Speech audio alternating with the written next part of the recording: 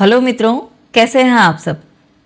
मित्रों, शुरू करने से पहले एक छोटा सा सवाल पूछती हूँ। क्या आपने यूनिट 1 और यूनिट 2 की पिछली क्लासेस देख ली है?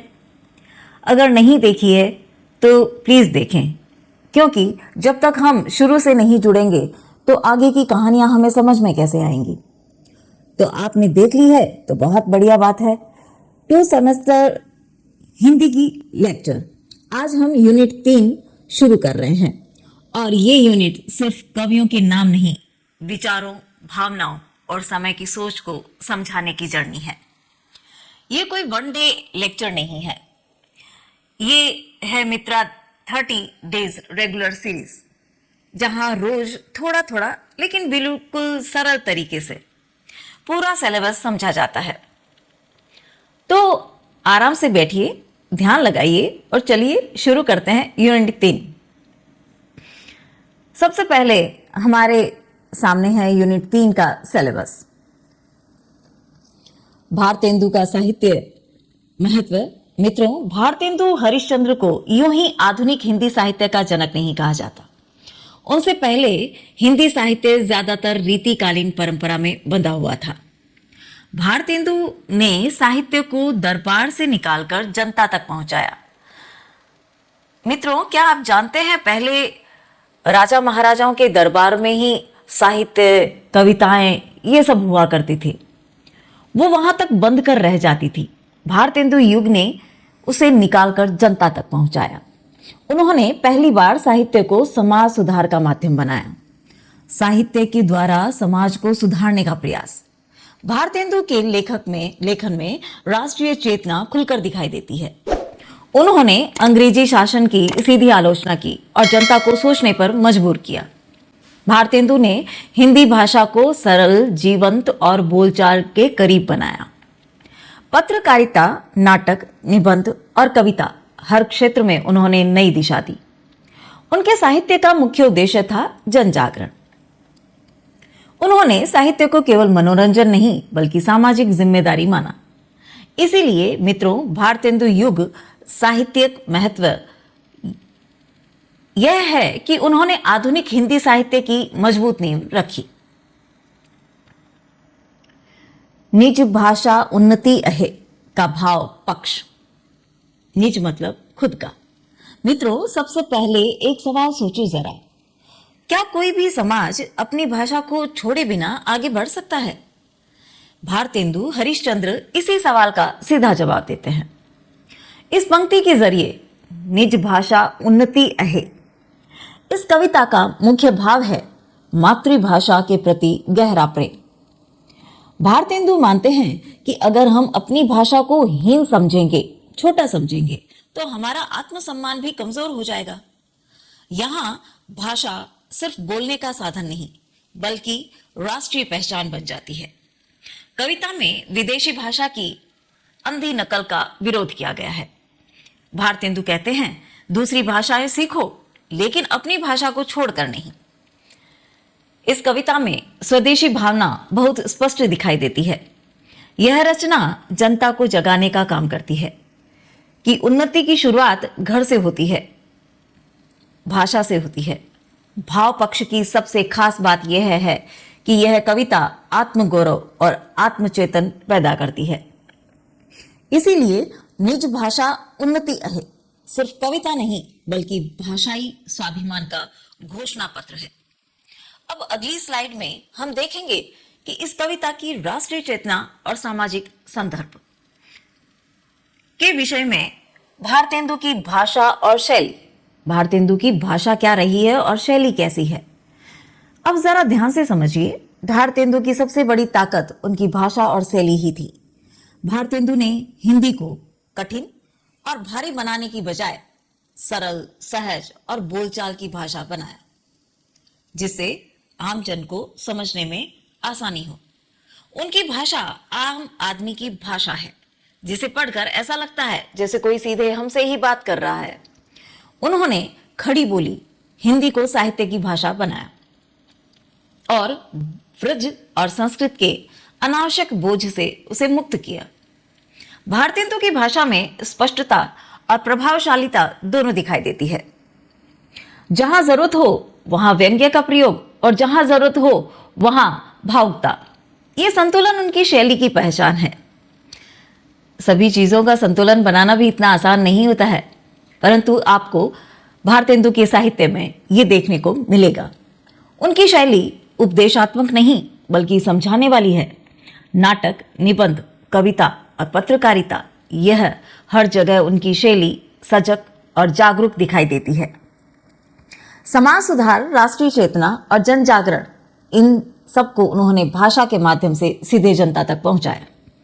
इसीलिए भारतेंदु की भाषा और शैली का महत्व यही है कि उन्होंने हिंदी को जनता की भाषा बनाया और आधुनिक हिंदी साहित्य को नई दिशा दी।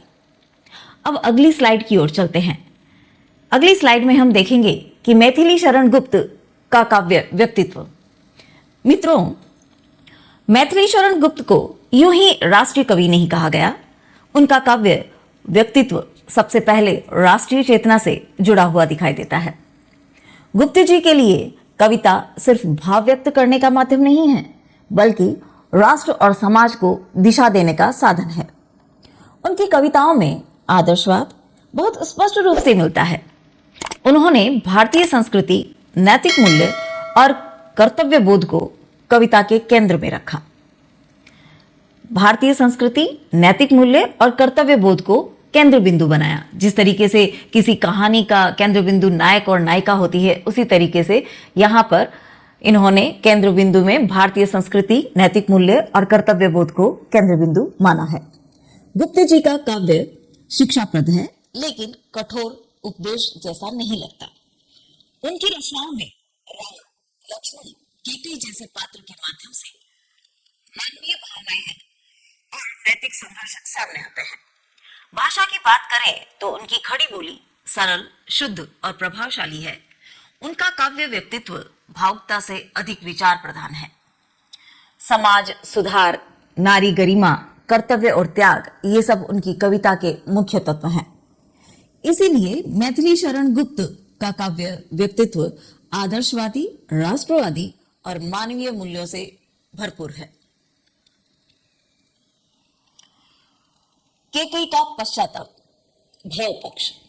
मित्रों, जरा सोचिए, जिस निर्णय पर कभी गर्व था, वही निर्णय जब जीवन की सबसे बड़ी भूल बन जाए तो मन की हालत क्या होती होगी। जिस बात को लेकर हमें प्राउड होता है और वही बात जिस पे हम प्राउड कर रहे थे वही हमें भूल लगने लग जाए, उस समय हमारे मन की हालत क्या होती है, उसी को मैथिली शरण गुप्त ने दर्शाने का प्रयास किया है केकई के माध्यम से। केकई के इसी मनोभाव को बहुत गहराई से उभारा है। राम के वन गमन के बाद केकई को अपने किए का पूरा एहसास होता है। अब उसे न तो राज्य चाहिए, न ही वरदान, उसे चाहिए अपने अपराध से मुक्ति। केकई का पश्चाताप सिर्फ दुख नहीं बल्कि आत्मग्लानि है। वह मानती है कि उसकी एक जिद ने राम को दुख दिया, दशरथ को मृत्यु और पूरे कुल को शोक में डुबा दिया।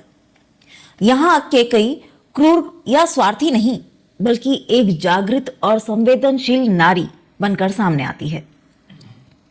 गुप्त जी केकई को खलनायिका नहीं बल्कि मानवीय भूल करने वाली नारी के रूप में प्रस्तुत करते हैं। मानवीय स्वभाव होता है भूल करना, लेकिन उस भूल को पश्चाताप कर ले और उसमें सुधार करने का प्रयास किया जाए तो ये वो मानव जो है वो उससे मुक्त हो जाता है। भाव पक्ष की सबसे बड़ी विशेषता यह है कि पाठक केकई से घृणा नहीं, करुणा महसूस करता है। पश्चाताप के माध्यम से कवि यह संदेश देता है कि गलती से बड़ा कोई अपराध नहीं और आत्मबोध से बड़ा कोई प्रायश्चित नहीं। इसीलिए मित्रों, केकई का पश्चाताप मानव मन के द्वंद्व, पीड़ा और नैतिक जागरण की अत्यंत प्रभावशाली अभिव्यक्ति है। मैथिली शरण गुप्त की भाषा और शैली। अब जरा ध्यान से समझिए, मैथिली शरण गुप्त की कविता क्यों सीधी दिल तक पहुंचती है। इसका सबसे बड़ा कारण है उनकी भाषा और शैली। गुप्त जी की भाषा शुद्ध खड़ी बोली, हिंदी है, लेकिन कठिन नहीं। उनकी भाषा में सरलता है, स्पष्टता है और भावों की गंभीरता है। वे ऐसे शब्दों का प्रयोग करते हैं जो आम पाठक को भी समझ आ जाए। शैली की बात करें तो गुप्त जी की शैली मुख्य रूप से विचार प्रधान और आदर्शवादी है, जो कि हम रामायण में देखते ही हैं कि राम को आदर्श पुरुष, मर्यादा पुरुषोत्तम के नाम से संबोधित किया गया है। उनकी कविता मनोरंजन से अधिक मार्गदर्शन करती है। जैसे राम का जीवन या रामायण के जो भी पात्र हैं वो हमारे जीवन का मार्गदर्शन करते हैं। भावुकता वहां है लेकिन अतिशयोक्ति नहीं। उपदेश मिलता है लेकिन डांट नहीं। उनकी शैली में संतुलन है। भाव और विचार के बीच पौराणिक पात्रों के माध्यम से वे समकालीन समाज की समस्याओं को सामने रखते हैं। यही कारण है कि उनकी कविता आज भी प्रासंगिक लगती है। इसीलिए मैथिली शरण गुप्त की भाषा और शैली सरल, गंभीर, उद्देश्यपूर्ण और नैतिक चेतना से भरपूर है।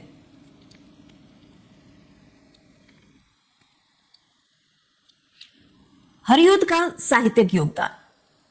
मित्रों, अयोध्या सिंह उपाध्याय हरियुद्ध द्विवेदी युग के उन कवियों में आते हैं जिन्होंने हिंदी कविता को नया अनुशासन और दिशा दी। हरियुद्ध का सबसे बड़ा योगदान है खड़ी बोली को काव्य की सशक्त भाषा बनाना। उनसे पहले खड़ी बोली को कविता के लिए पूरी तरह स्वीकार नहीं किया गया था। जो हरियुद्ध जी है, उन्होंने ही प्रयास किया कि खड़ी बोली को कविता में सशक्त भाषा के रूप में लाया जाए। उन्हीं के प्रयास फलस्वरूप खड़ी बोली को कविता के लिए पूर्ण रूप से स्वीकार किया गया, उससे पहले नहीं स्वीकारा गया था। हरियुद्ध जी ने यह साबित किया कि खड़ी बोली में भी गंभीर, भावपूर्ण और कलात्मक कविता लिखी जा सकती है। उनका महाकाव्य प्रिय प्रवास हिंदी साहित्य का एक महत्वपूर्ण ग्रंथ माना जाता है। इस काव्य में राम कथा को नए दृष्टिकोण से प्रस्तुत किया गया। हरियुद्ध के साहित्य में नैतिकता, आदर्शवाद और मानव मूल्य प्रमुख रूप से दिखाई देते हैं। उन्होंने कविता को केवल भावना नहीं बल्कि संयमित विचार और संस्कृति से जोड़ दिया। भाषा की दृष्टि से उनकी रचनाएं शुद्ध, परिमार्जित और संस्कृत निष्ठ हैं। उनका उद्देश्य था साहित्य के माध्यम से समाज को शिक्षित और संस्कृत या सुदृढ़ बनाना।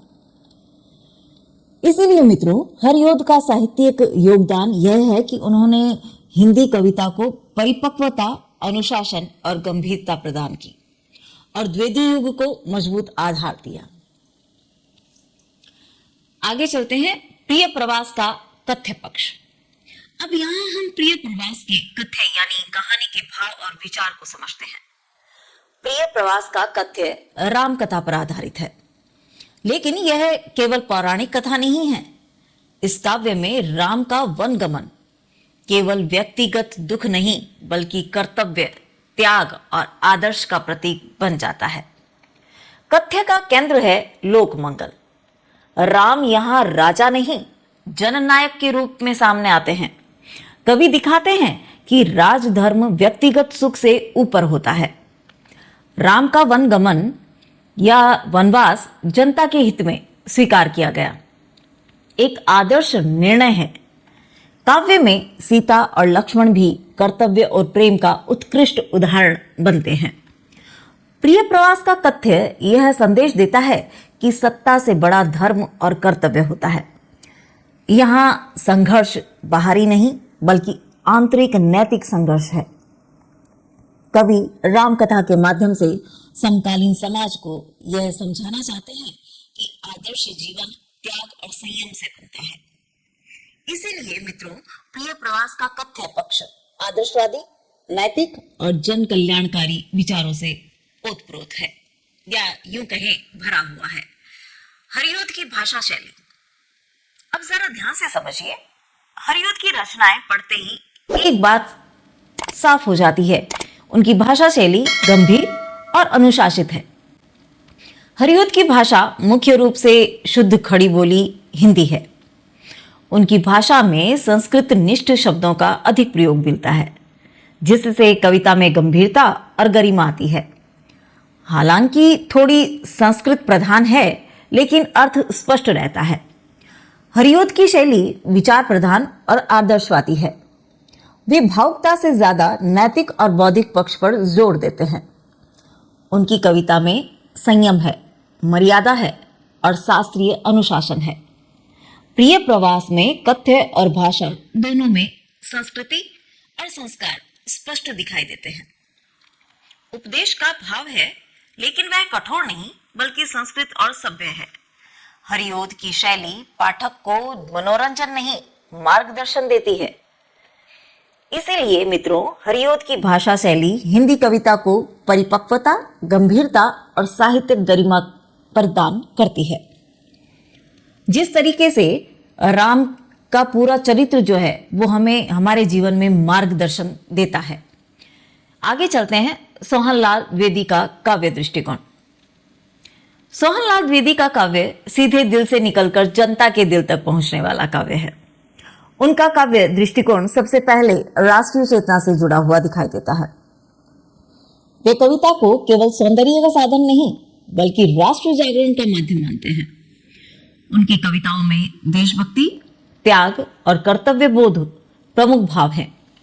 सोहनलाल द्विवेदी का विश्वास था कि कविता का काम लोगों को सुलाना नहीं, जगाना होना चाहिए। हाँ, जब बच्चा छोटा होता है तो माँ उसको कविता या लोरी सुनाकर उसको सुला देती है, लेकिन जब कर्तव्य और जिम्मेदारियां आती हैं तो वही कविताएं हमें जगाने का कार्य करती हैं। इसीलिए उनके काव्य में सीधे, सरल और उत्साह भरने वाले शब्द मिलते हैं। उनका दृष्टिकोण आदर्शवादी और प्रेरणादायक है। वे नवयुवकों को राष्ट्र सेवा के लिए प्रेरित करते हैं। उनकी कविता में नारी, किसान और सामान्य जन सम्मान के साथ उपस्थित हैं। काव्य में आशा और सकारात्मकता स्पष्ट रूप से दिखाई देती है।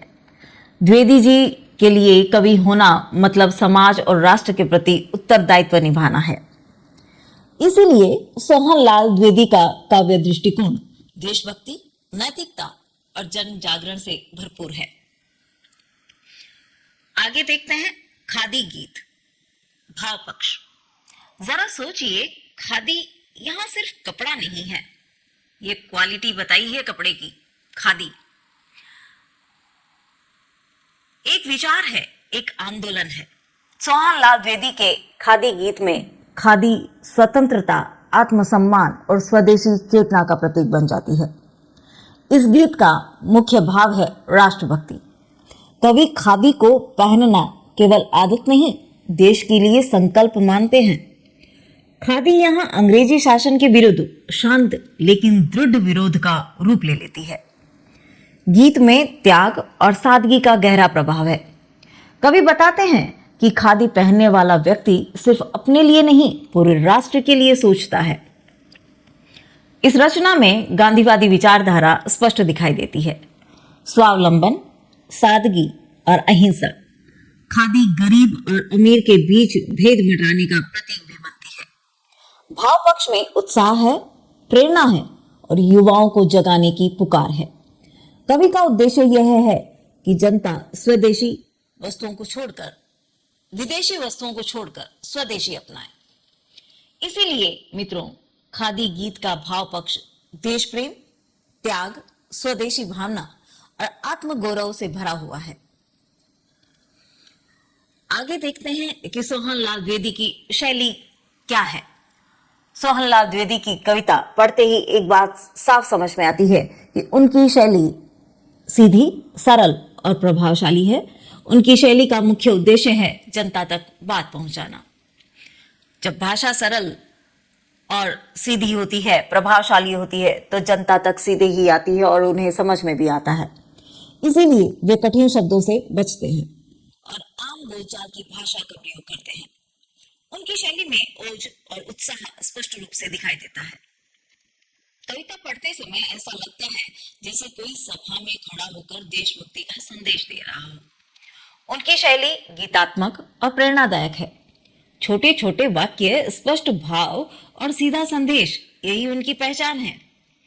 व्यंग्य बहुत कम, भावुकता संतुलित और उद्देश्य बिल्कुल स्पष्ट। उनकी कविता पाठक को सोचने से ज्यादा कुछ करने के लिए प्रेरित करती है। कविता ऐसी होनी चाहिए जिसको सुनते ही वो काम करने के लिए प्रेरित हो जाए, और वही इनकी कविताएं करती हैं। देशभक्ति, स्वदेशी और राष्ट्र सेवा, इन भावों को उन्होंने अपनी शैली से जन आंदोलन बना दिया। इसीलिए सोहनलाल द्विवेदी की शैली प्रेरणादायक और जन जागरण से जुड़ी हुई है। श्याम नारायण पांडे का साहित्यिक स्वरूप। श्याम नारायण पांडे का नाम आते ही एक बात तुरंत याद आती है, वीरता और इतिहास। उनका साहित्यिक स्वरूप मुख्य रूप से वीर रस प्रधान है। इनका नाम देखते ही वीर रस याद आ जाता है, जो जोश भर दे। पांडे जी की कविताओं में इतिहास सिर्फ कथा नहीं रहता, बल्कि राष्ट्र चेतना जगाने का माध्यम बन जाता है। उनकी प्रसिद्ध रचना हल्दी घाटी राजपूती शौर्य और बलिदान का जीवंत चित्र प्रस्तुत करती है। ये नाम पढ़ते ही जोश आ रहा है। उनके साहित्य में राणा प्रताप जैसे वीर पात्र आदर्श नायक के रूप में आते हैं। पांडे जी का काव्य पाठक में गौरव, साहस और आत्मसम्मान की भावना भर देता है। उनकी रचनाओं में देश प्रेम और स्वाभिमान बहुत स्पष्ट दिखाई देता है। भाषा सरल और प्रभावशाली है, जिससे वीर भाव अधिक प्रबल हो जाता है। उनकी कविता कल्पना से अधिक ऐतिहासिक तथ्यों पर आधारित होती है। वे इतिहास को नीरस नहीं, प्रेरणादायक बनाते हैं। इसीलिए श्याम नारायण पांडे का साहित्यिक स्वरूप वीरता, राष्ट्रभक्ति और ऐतिहासिक चेतना से ओतप्रोत है। हल्दी घाटी का भाव और उद्देश्य। हल्दी घाटी पढ़ते ही सबसे पहले जो भाव मन में आता है वो वीरता और स्वाभिमान। इस काव्य का मुख्य भाव है वीर रस। श्याम नारायण पांडे ने हल्दी घाटी युद्ध को सिर्फ एक ऐतिहासिक घटना नहीं, बल्कि राष्ट्र सम्मान की लड़ाई के रूप में प्रस्तुत किया है। यहां राणा प्रताप सत्ता के लिए नहीं, स्वतंत्रता और आत्मसम्मान के लिए लड़ते हैं।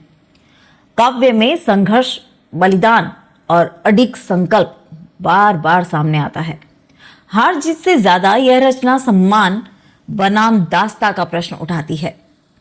भाव पक्ष में उत्साह है, ओज है और पाठकों को झकझोर देने वाली शक्ति है। अब उद्देश्य की बात करें तो इस काव्य का उद्देश्य केवल इतिहास बताना नहीं है। कवि चाहता है कि पाठक अपने भीतर वीरता, साहस और राष्ट्र प्रेम महसूस करे। यह रचना युवाओं को यह संदेश देती है कि स्वतंत्रता से बड़ा कोई सुख नहीं और सम्मान से बड़ा कोई मूल्य नहीं। इसीलिए मित्रों, हल्दी घाटी का भाव वीरता से भरा हुआ है और उद्देश्य है राष्ट्रीय चेतना और आत्मगौरव जगाना।